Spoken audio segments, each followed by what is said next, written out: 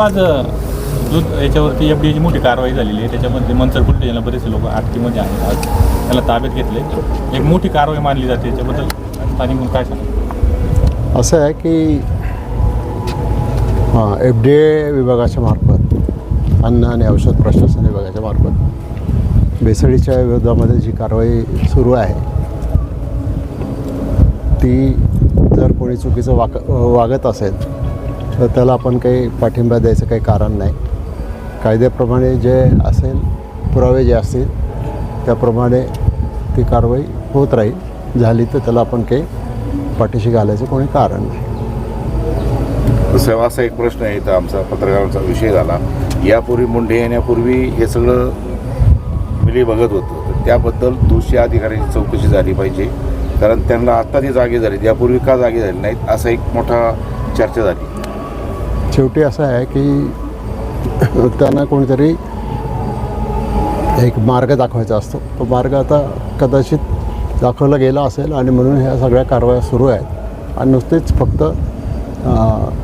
हे अन्न प्रशासन विभागामध्ये नाही तर एक्साईज डिपार्टमेंटमध्ये सुद्धा मोठ्या प्रमाणात कारवाया सुरू आहेत अवैध धंद्याच्या विरोधात.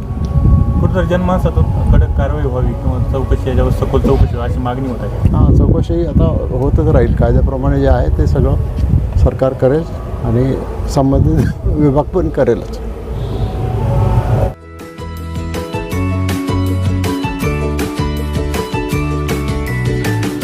बातम्या शेतीच्या,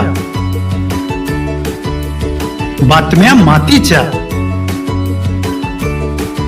बातम्या अन्यायाच्या, गुन्हेगारीच्या,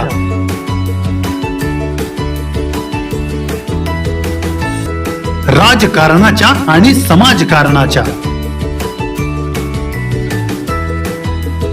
शोषणाविरुद्ध बुलंद आवाज, जनसामान्यांच्या हुंकाराची गाज, सत्कार्याला प्रोत्साहन, दुष्कृत्याला अनुशासन,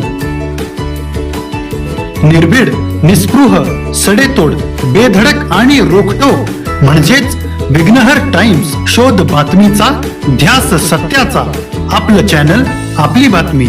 सबस्क्राईब तर कराच, पण बेल आयकॉनवर क्लिक करायलाही विसरू नका.